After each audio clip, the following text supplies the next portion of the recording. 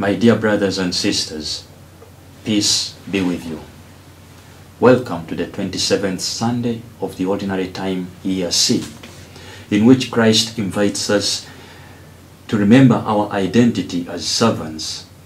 And as servants, we should never expect any appreciation for what we are expected to do and for what we have done. Now let us listen to the Gospel reading of the day. A reading from the Gospel according to St. Luke, chapter 17, verses 5 to 10. And the apostles say to the Lord, "Increase our faith." The Lord replied, "If you have faith the size of a mustard seed, you would say to this mulberry tree, 'Be uprooted and planted in the sea,' and it would obey you. Who among you would say to your servant who has just come in from plowing and tending sheep in the field, 'Come here immediately and take your place at table'? Would he not rather say to him, 'Prepare something for me to eat, put on your apron and wait on me while I eat and drink. You may eat and drink when I am finished'? Is he grateful to that servant because he did what was commanded? So should it be with you. When you have done all you have been commanded, say, 'We are unprofitable servants. We have done what we are obliged to do.'" The Gospel of the Lord. My dear brothers and sisters, perhaps as you and me noticed in the beginning, as I said, Christ today is inviting us to recall our identity as servants to each other.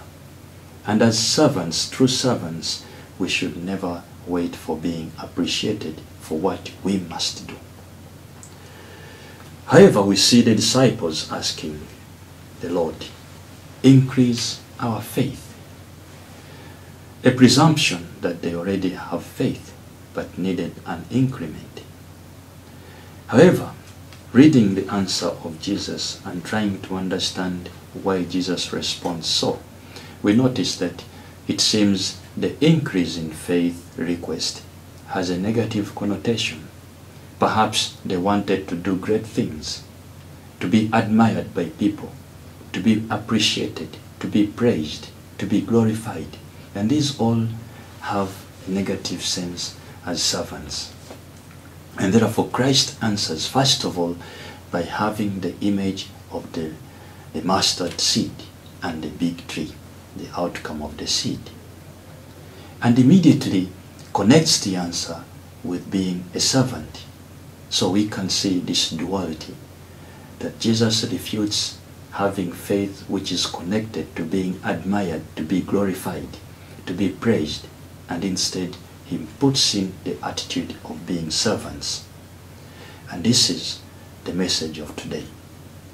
Jesus underlines that even the small faith we have, the size of the faith we have, does not reduce the spirit we have been given, as we read in the second reading of today. The spirit we have been given is not a spirit of timidity, but of power, love, and sound mind. Power in this sense also includes boldness. That little faith we have is enough to make us bold Christians, is enough to give us the testimony that we desire. Without shame, yet with the acknowledgement as being servants, and therefore underlining the aspect of humility, where a servant dedicates himself to service without a demand or an expectation of being appreciated for his services.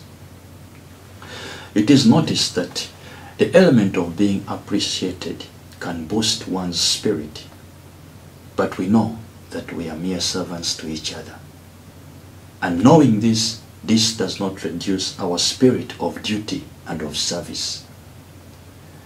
It is a call to appreciate one's identity and to safeguard against unnecessary expected appreciations. When one is tempted to get out of his mind or her mind The second reading reminds us that the faith or the spirit we have is also a spirit of sound mind.